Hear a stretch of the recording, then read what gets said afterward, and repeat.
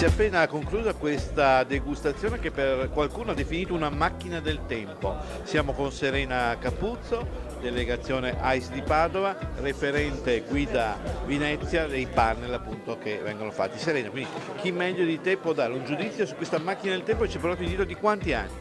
Siamo andati indietro di 52 anni, ben 52 anni, abbiamo fatto un tuffo nel passato ed è stata una cosa veramente strepitosa e meravigliosa, ma soprattutto inaspettata, perché il vino che effettivamente ha colpito maggiormente tutti gli ospiti di questa sera è stato proprio l'annata 1967 e quindi l'annata più vecchia ma con una tenuta, una freschezza, ma una femminilità di questo vino, una finezza che andava veramente oltre le aspettative di tutti quanti. È stato un viaggio, come diceva appunto Luigi nel passato, ma veramente meraviglioso, ha stupito tutti. E naturalmente chi meglio di te può dirlo, nel senso che oggi festeggiamo anche un po' la donna, no? Siamo marzo, la festa della donna, e quindi questo qui è stato per voi anche un bel premio, no?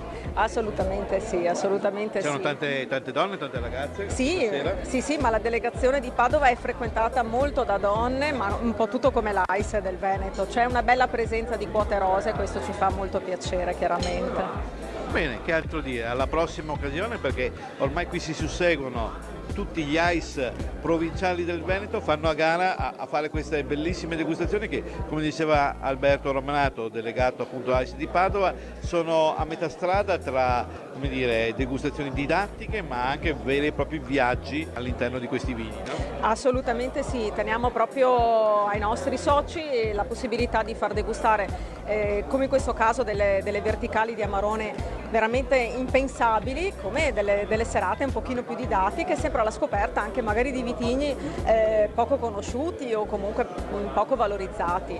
Noi ci teniamo, come tutte le delegazioni comunque del Veneto, ci tengono appunto ad offrire ai nostri soci il meglio di quello che il mondo vitivinicolo può offrire. Salutiamo gli amici di ICE Veneto. Serena, un saluto. Un saluto a tutti, grazie mille.